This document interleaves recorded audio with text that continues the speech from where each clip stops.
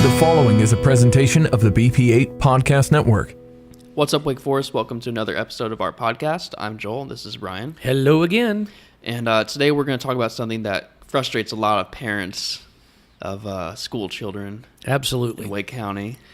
Yeah, we're talking today. We're talking about schools getting canceled, and we bring this up because of the hurricane or tropical storm Michael situation, where schools were closed on Thursday and Friday. And Friday was a very nice day, and some people wonder why. Yeah, that was a big question.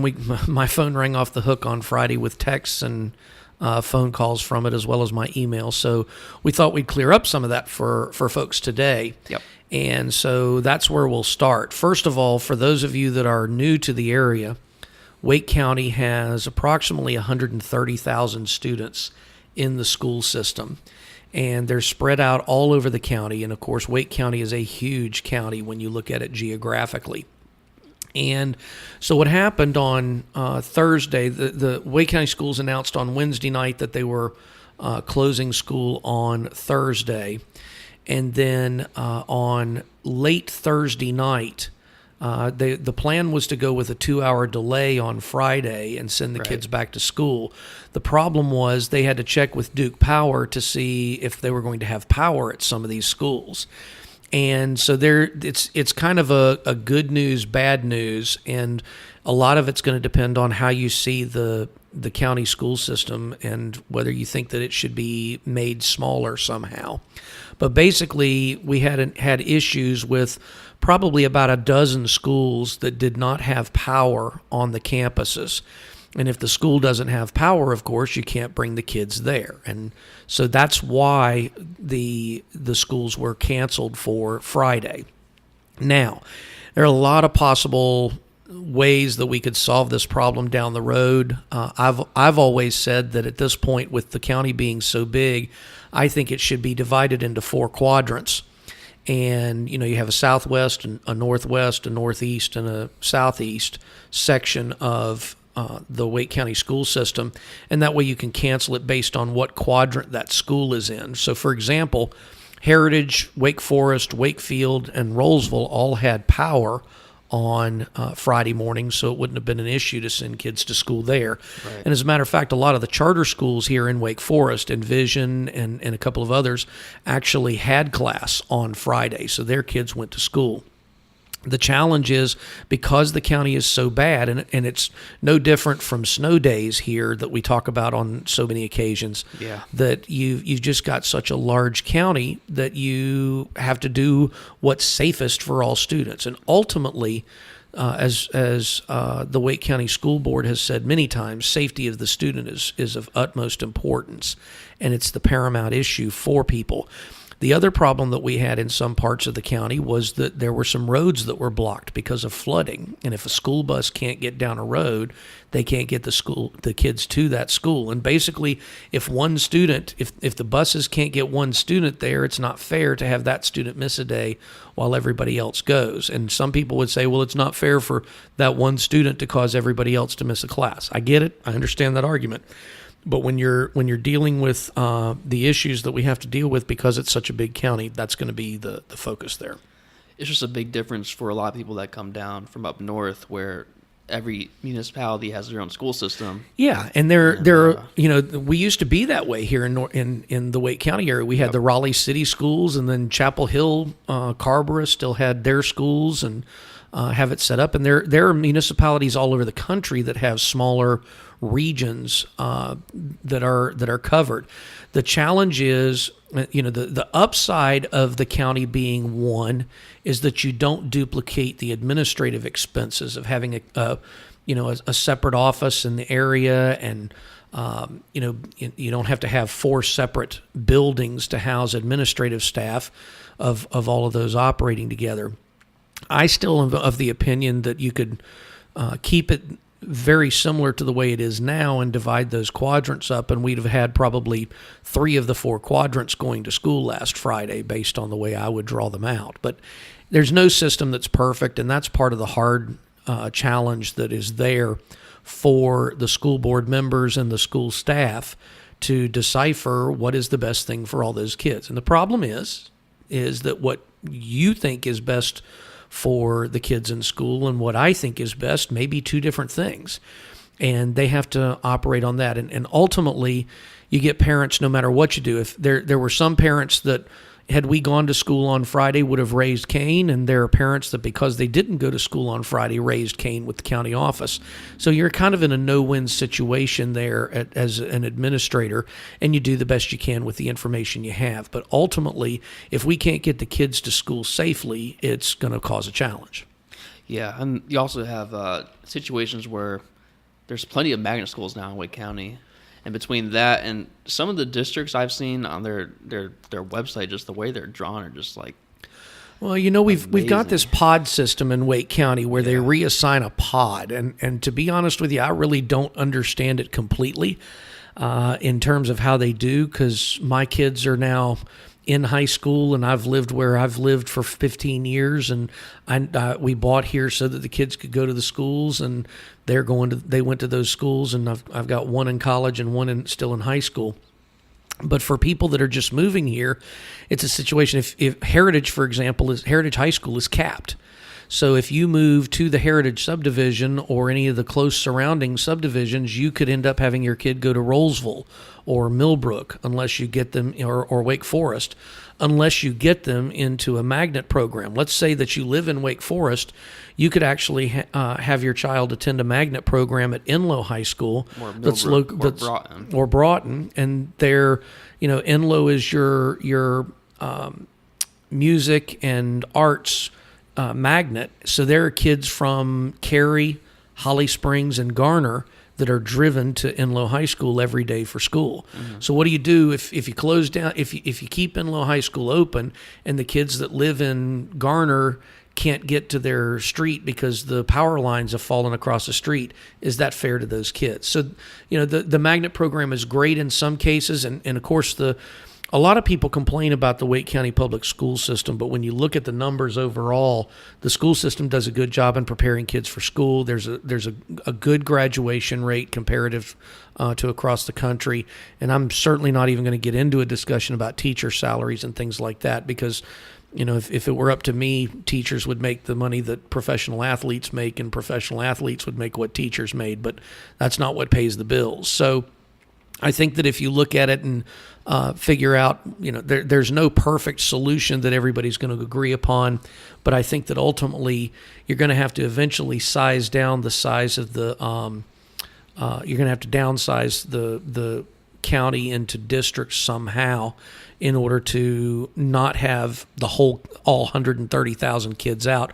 Because when it does that, number one, it creates a strain on the parents who have to figure out what are they going to do with their kids while they're out of school when the boss is still saying, you got to come into work. It puts a strain on places like the Boys and Girls Club and all these track out camps and places like that, because they can't handle 130,000 kids going all at once. And then, of course, you got your challenge of your teenagers. Are they on the road? Are they doing other stuff? A lot of the kids that were out of school on Friday, I saw them driving around. A bunch of them went to the state fair because they could get to the state fair last Friday. So I think that it's never going to be a perfect scenario, but I think that we're certainly going to have to look at those districts as time goes by and we look down the road. Yeah. I mean, so it's not because they don't not want you to go to school. They're just trying to look out for everybody. Well, they've got the county's got a certain number of days that is required for accreditation. Correct. And for the completion of the school year to be counted. I mean, the state is having to forgive almost 25 days of school down east, where some kids in Jacksonville and Lumberton have missed school for so long, and that was because of Hurricane Florence that was now 4 or 5 weeks ago, and some of those kids still aren't back in school yet. So there's exceptions being made. There was one discussion that talked about kids actually having to just take this year off and start over next year at the same grade that they started this year. I think that's a crock, personally. I think you got to figure out a way to make it happen.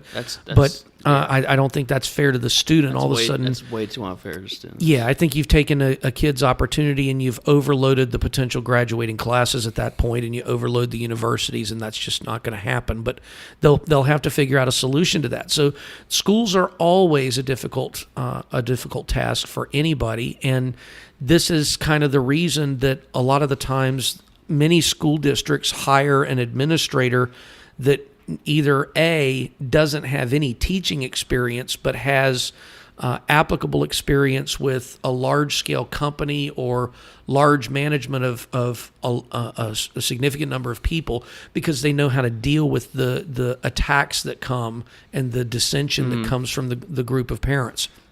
The other side of that is, I'm one of those people that says I'm not the person that needs to be deciding the curriculum. That needs to be done by teachers, not politicians. So it really depends on which side of the fence you are in terms of what you think is best and how the best way to operate it is. I think the main reason why it drums up such a reaction is, parents are starting to see these days pile up, and usually, I know no one wants to hear this, but when you get a pretty active storm season, it's going to lead to like a pretty strong winter. Well, right? and sadly, a lot of it is just simply people's plans that's being what I was going to say blown up.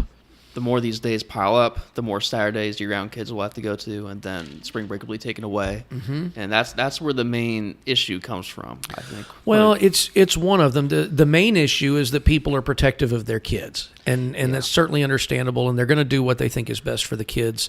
And the being in school, it's proven that attending the class, even if you just kind of sit around on the sideline, you learn some things, not by osmosis, but just because you've heard the same thing over and over again with teaching. Yeah. And parents are always going to have that challenge. My mom and dad always tried to put me in the best schools available when they could. And, sometimes it was a good experience. Sometimes it was a bad experience. I transferred schools 8 times in my first 5 years of school because mom and dad were looking for the right places every time we moved.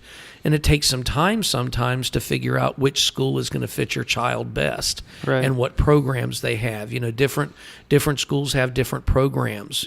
Somebody that wants their kid to play football is probably going to choose Wake Forest. Somebody that wants a band program is going to look at Heritage High's band program and things like that. There are some things and please don't flame me on whether you think Heritage's football team is better than Wake Forest. I'm not getting into that. I'm just using it as an example. That's different parents have different goals for their kids. Wake Forest or Heritage had the gaming academy for a while that a lot of parents wanted their kids in there because they were technology geeks and they wanted to learn to build apps and things like that. And they had a great opportunity with the support of Cisco and programs like that. Wake Forest is the ROTC. And Wake Forest ROTC is a great example. It's a fantastic program that's been that way for a long time. And Colonel Belmont ran it well for many years and has now passed the torch, and it's still being run well. So it's all kinds of different things that you have to figure out for your child what you think is the best and adjust as necessary. And the school district's problem is they've got 130,000 kids to do that with. And so what they think is best doesn't always mesh with what the parents think is best. And that's where we have the battles with the school district. And right, it can happen with everything from reassignment. I want my kid to go to a year round. Well, I want my kid to go to traditional. Well, you've got those options. You've got the magnet options. There are a lot more choices here than there are, especially in the rural parts of the county where, Franklin County, you've got 3 schools that your kid can go to. And the funding is not there like it is in Wake County for them to be able to have all of those extracurricular activities and opportunities that some of the kids in Wake County have. So that's where that all comes back to, is just parents wanting to do the right things for their kids, and you can't knock anybody for that. No, I'll never question a parent for where they decide to put their kid at. I don't ever question a parent's motive. I do question the way they do things. There are people that say this is the only logical way. Well, no, it's not, because we've got 50 other parents coming up with 50 other ideas, and that's what people have to understand. One of my favorite stories. I was working on a project for the town with the Chamber of Commerce and the Wireless Research Center years ago, and I took Jerry Hayes, who is the CEO of the Wireless Research Center in Wake Forest. And it did not exist at the time we made this trip. But we went up to Washington, D.C., and I made this impassioned speech to Senator Burr, and made a similar speech to Senator Hagan when she was still there. So I was dealing with both one Republican and one Democrat. So I had the same speech for both. But I did my presentation for Senator Burr, and I beat on his desk, and I made these, all these arguments and got all passionate. And he looked at me and said, "That was a very good speech, Brian. And I want you to sit down in that chair right there." And I said, "Okay." And he says, "Now look around my office." I said, "Okay." And of course, he's a hunter and a fisherman, so he had all of his stuff hanging, all of his trophies hanging up on the wall and things like that. And of course, he had the library. And then he says, "Now I want you to come over here and sit in my chair." And I was like, "Well, why do you want me to do that?" He says, "Just do it." So I sat down in his chair, and he sat down in the guest chair, and he says, "Now look around the office." And I said, "Okay." He says, "The view's different when you switch seats. And sometimes people only see the view from their seat. It's always different from the other side." And so that's what I've always tried to do as just in my day-to-day operations, and certainly as an elected official here in the town of Wake Forest, is to try to look from all sides and see what's best for everybody. Because I may make 100 people in a neighborhood mad when I cast a vote, but I'm doing it for the best of 43,000 people, not just for 100 people. And you can't make everybody happy. All right, so quickly, while we're on the topic of schools, there's I heard about a class that's coming. Yeah, I'm looking forward to it. It's already sold out for this time, but they're going to be offering it again. It is an active shooter class. The one I'm going to is on Monday, October 22nd, and it's from 6 to 8. It's at Town Hall, and the police department is running it. Lieutenant Dansforth, I think, is the one that's doing it. But what they're doing is showing you how they handle an active shooter situation, whether it's at a school or at a mall or whatever, and it's so that the public can learn what we can do as citizens, as private citizens, to help when when something like that happens. It's a sad state of affairs when we have to prepare for something like that, but you always want to be ready for anything, especially. We had the threat at Heritage High School a couple of years ago. We've had a threat at Wake Forest Middle School recently. And so you want to be prepared for those things. And I'm excited that the town is offering that. And I look forward to reporting back after that class the kinds of things we talked about. And we may even try to get Lieutenant Dansforth to come do this podcast with us to explain a little bit about what's happening to it. I think that people would be very interested in hearing that. But I'm looking forward to it. It's, again, I hate to say this, but it's sold out because they can only take about 40 people at a time. But I'm sure that they will be offering again, as the first two classes sold out in a matter of about 30 minutes. So, and this is the third class that we've offered. So the active shooter drill is going to be very intriguing, and I can't wait to see what works out with it. Is it recommended for kids to attend as well? I think it's more for adults to be aware of. I don't know. I'll have to report back on that one. I'm not sure of all of the details. Okay. I'm not really sure what's going to happen in the class, but I just feel like as an elected official, I needed to take it so that I'm aware and can explain to other folks what's going on when something like that does happen. Just in general, it's always better to be safe than sorry. Well, and you want to know what's going on. I'm one of those people that don't just tell me what's happening. I want to know why it's happening and what the plan is. I like to stick my nose into things like that, even sometimes it doesn't belong. But I like to know what's going on and the logistics of what's happening and why something is happening the way it is. All right, so keep your eye out for that class. Absolutely. That class. And again, if you want to get notifications on that, you can go to the town's website and you can sign up for the email notifications from Bill Crabtree, who is the town's public information officer. Or you can download the Wake Forest app. If you go to the App Store or Google Play, and you can download the Town of Wake Forest app, and it will let you know when things are like that are going on. You just have to leave the notifications on, so it tells you. If you download the app and you don't get any notifications, then you're not going to learn about anything without actually logging on to it once in a while. But I definitely recommend that. And of course, as always, when we do these, if you've got any ideas or you want to hear more about something, or you want to hear about something that we haven't discussed, send me an email. bpate at wakeforestnc.gov, and we're happy to discuss these things. And we'll kind of go from there and keep people abreast of what's happening in the town. Yep, and follow and tweet at DJ Brian Pate. At DJ Brian Pate on Twitter, and of course you can join me on Facebook. Look for Brian Pate, Wake Forest Town Commissioner. If you do that as a search, it'll take you right to the page. All right, I think that's about it for today. Very good. Thanks for being listening. here. Thanks for listening, and have a great day. All right, bye-bye.